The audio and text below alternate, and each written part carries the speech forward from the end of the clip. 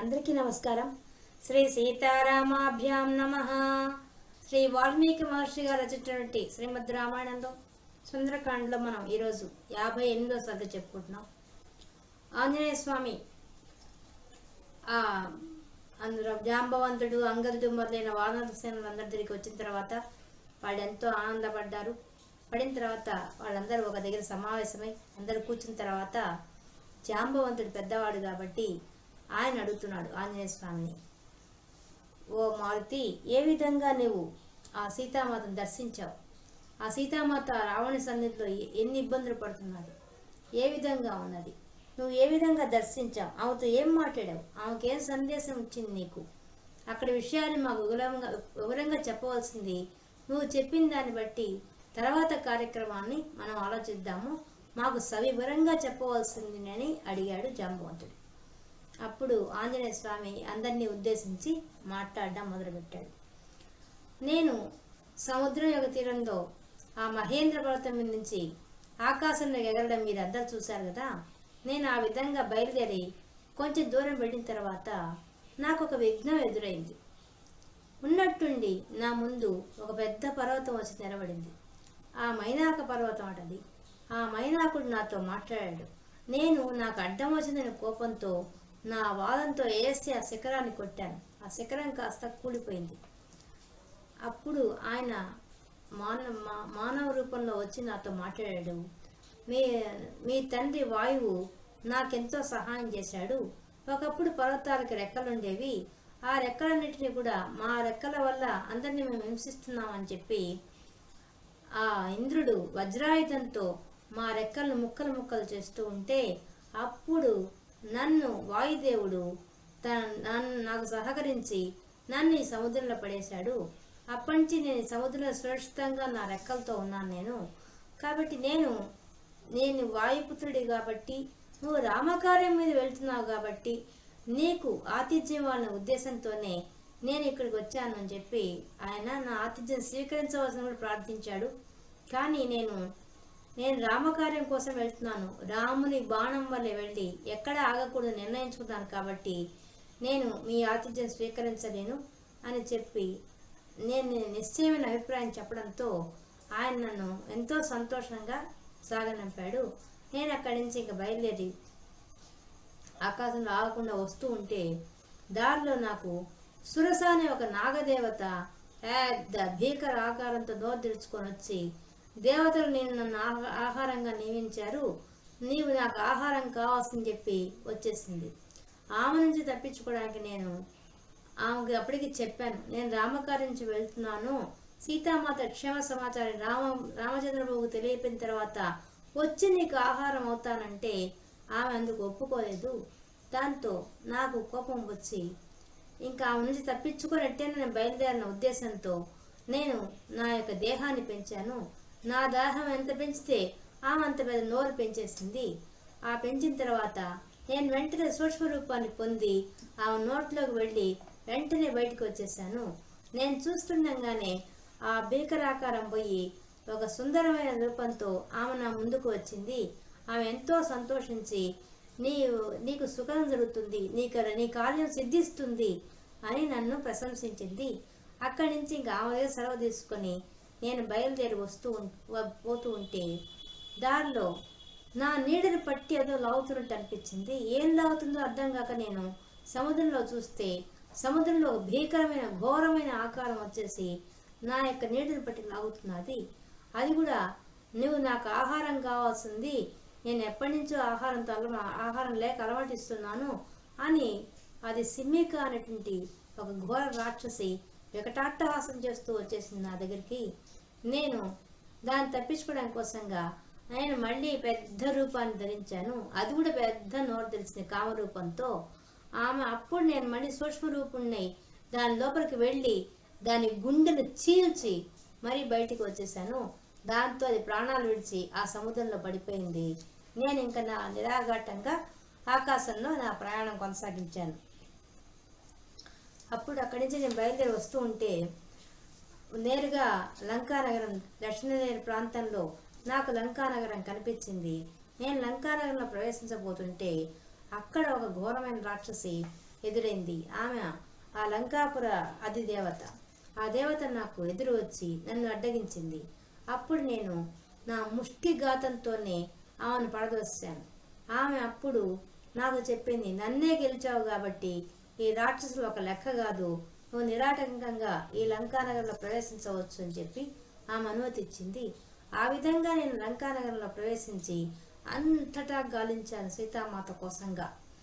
అంతటా వెతుకుతూ వెతుకుతూ చివరికి రావణుడి ప్రాసాదానికి కూడా వెళ్ళిపోయాను. అక్కడ కూడా వెతికాను, ఎక్కడ సీతామాత జాడ కనపడలేదు. తర్వాత నాకు శోకం ఆవహించింది. నేను ఇంకా కనుక్కోలేకపోతానేమో, ఎలా మన సమస్య ఎలా తీరుతుందో అర్థం కాక నేను చాలా శోకానికి గురయ్యాను. అటువంటి సమయంలో నాకు దూరంగా అశోకవనం కనిపించింది. ఆ అశోకవనంలోకి నేను ప్రవేశించాను. అక్కడ ఒక సింసుబా వృక్షం మీద ఎక్కి నేను కూర్చున్నాను. చూస్తుండగానే దాని సమీపంలోనే ఒక స్త్రీ కూర్చొని ఉంది.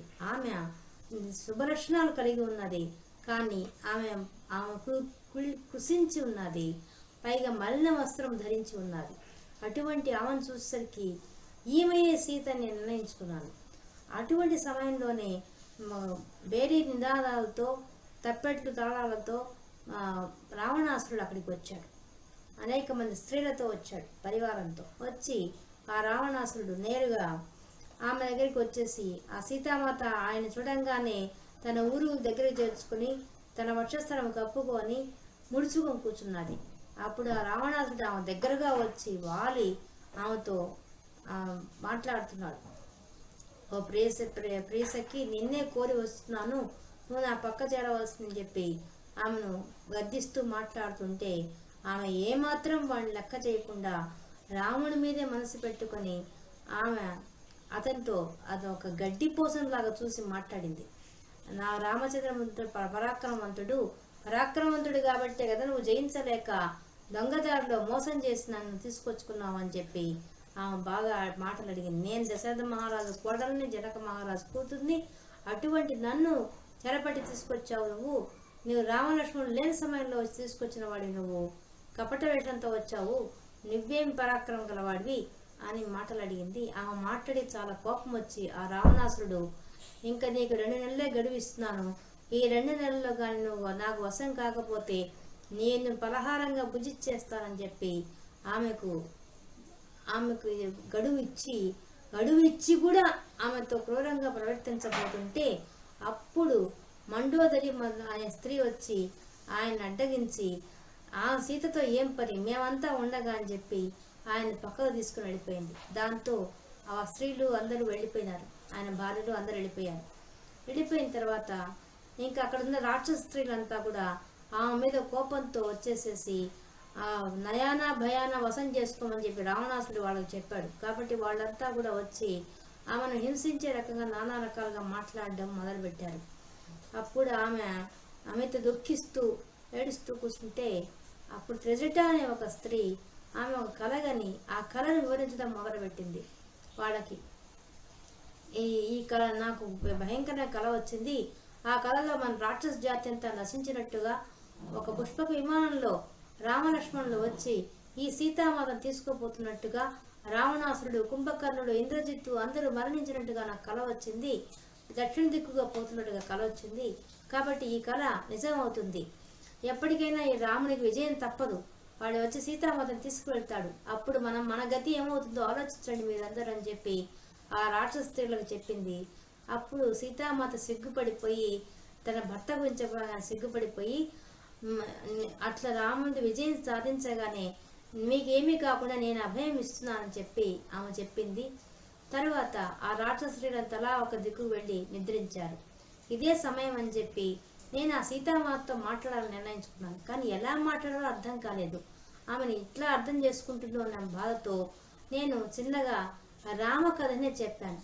దశరథ మహారాజు రాజు కలడు, ఆయన కుమారుడు శ్రీరామచంద్రమూర్తి, ఆయన తండ్రి ఆజ్ఞ ప్రకారంగా దండకారణ్యానికి వచ్చాడు. అక్కడ ఆయన భార్యను రావణాసురుడని రాక్షసుడు అపహరించాడు అని నేను రామకథనంతా వివరించాను. అప్పుడు ఆమె నన్ను అడిగింది, ఓ వానరోత్తమా, నువ్వెవరివి, నీకెలా తెలుసు రాముని గురించి, ఇవన్నీ నాకు తెలుపవలసిందని చెప్పి ఆమె నన్ను ప్రశ్నించింది. అప్పుడు నేను మళ్ళీ ఆమెకు రామకథనంతా చెప్పి మన సుగ్రీవుడిని కలుసుకోవడం, రామసుగ్రీవుల మైత్రి గురించి, వారి సంహారం గురించి ఇవన్నీ సవివరంగా ఆమెకు తెలియజేశాను. మన విషయాన్ని చెప్పి నేను రాముని సందేశాన్ని కూడా చెప్పాను. సందేశాన్ని చెప్పి అంగుళీకాన్ని కూడా ఆమెకు సమర్పించాను. అప్పుడు ఆ అంగుళీకం చూసిన తర్వాత ఆమె నన్ను నమ్మింది. తర్వాత ఆమెను కూడా నేను ప్రార్థించాను, అమ్మ నీ సందేశం ఉంటే చెప్పు అని అడగగా ఆమె తన సందేశాన్ని అంతా కూడా చెప్పింది. నేను ఇంకా 2 నెలల నుంచి బతుకుతానని నమ్మకం లేదు, ఈ లోపలే రాముని తీసుకుని రావాల్సిందని చెప్పి నాకు సందేశం ఇచ్చింది. రామునికి కూడా చెప్పమన్నది, ఇక్కడ రావణి యొక్క బాధను నేను భరించలేకపోతున్నానని, త్వరగా రమ్మని అవన్నీ సందేశంగా చెప్పి ఆమె తన చూడామణిని కూడా ఇమ్మని చెప్పి ఇచ్చింది. అది నేను తీసుకొని ఆమె దగ్గర సెలవు తీసుకొని వచ్చిన తర్వాత నాకు అప్పుడు అనిపించింది, ఇంత సుగ్రీవుని ఆజ్ఞ ప్రకారంగా వెళ్ళిన వాడిని నేను ఇంకొంచెం ఈ లంకా నగరం పరిస్థితి కూడా చక్కదిద్దా నిర్ణయించుకొని అప్పటికప్పుడు నా నిర్ణయం మార్చుకొని ఉత్తర దిక్కుగా వెళ్ళి అక్కడ ఉండే ముఖద్వారం మీద కూర్చొని ఆలోచించి అక్కడ ఉండే ఆ అశోక వనాన్నే ధ్వంసం చేశాను. నేను చేయగానే అక్కడ ఉండే రాక్షసులంతా నా మీదకి వచ్చేసారు. అక్కడ ఉండే రాక్షస స్త్రీలంతా కూడా వెళ్ళి రావణాసురుడికి వార్త చెప్పారు. అప్పుడు ఆ రావణాసురుడు కోపంతో నా మీదకి సైన్యాన్ని పంపించాడు. ముందు ప్రహస్తుని కుమారుడు జంబుమాలిని పంపించాడు. మహాపరాక్రమవంతుడు అతనితో నాకు అతనికి చాలా ఘోర యుద్ధం జరిగింది.